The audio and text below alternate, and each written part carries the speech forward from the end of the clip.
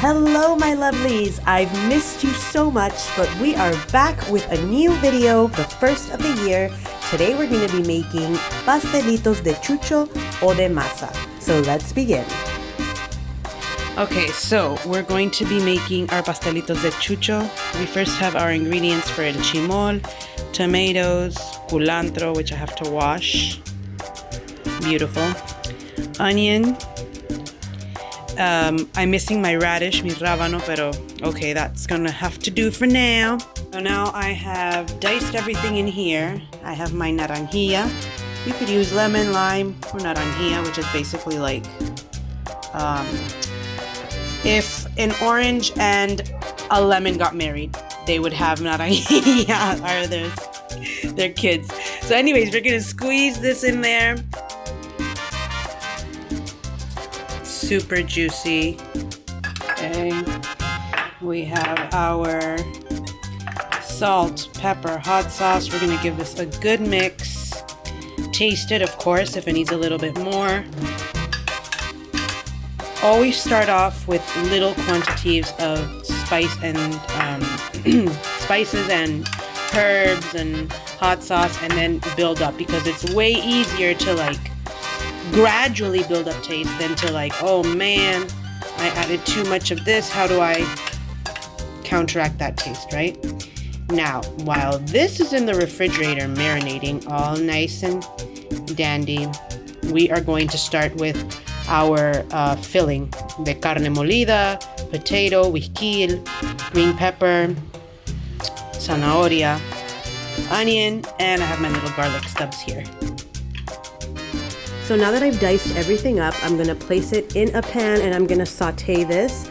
I'm using regular oil because I did not have a Manteca de Puerco, or pork lard, pork fat, which is going to give it a delicious taste. So we're just using regular oil.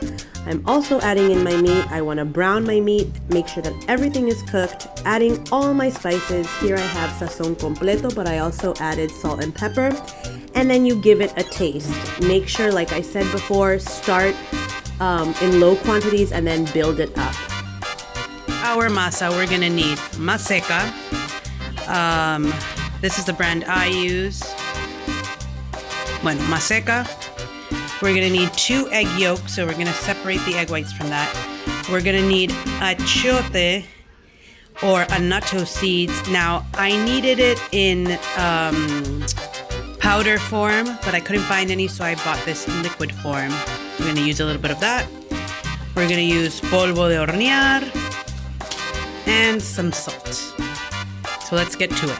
Okay, so I have here my 1.5 cups of MASECA, or corn flour, and I have here 1 cup of water.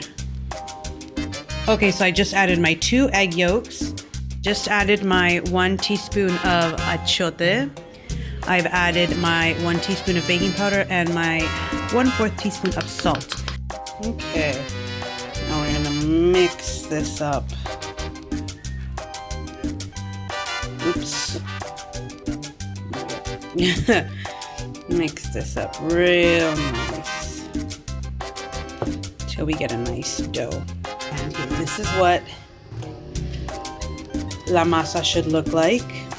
Now I ended up adding a little bit more of water, so it's basically like a cup and 1/4 cup of water. And here we have our delicious masa. So now I'm going to go get our sartén ready with oil, and we're gonna start this up. So now here I'm going to take a little bit of dough. Depending on how big you want your pastelitos to be, that's the amount of dough or masa you're going to take. So I'm going to make mine fairly, I'd say small, medium. I'm going to grab a piece of dough and I'm just going to pat it back and forth, back and forth, back and forth, and rotating it with my hand until it becomes this nice circle.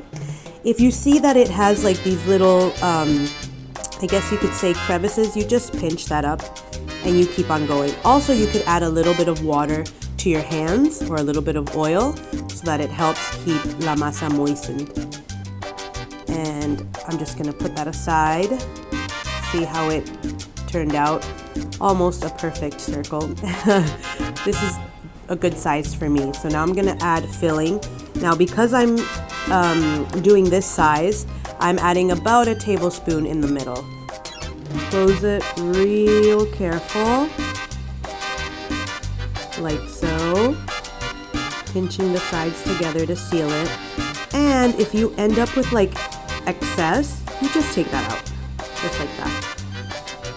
And there we go. And you repeat the process as many times as necessary. Empanadas one by one, and we're just gonna stick them in there.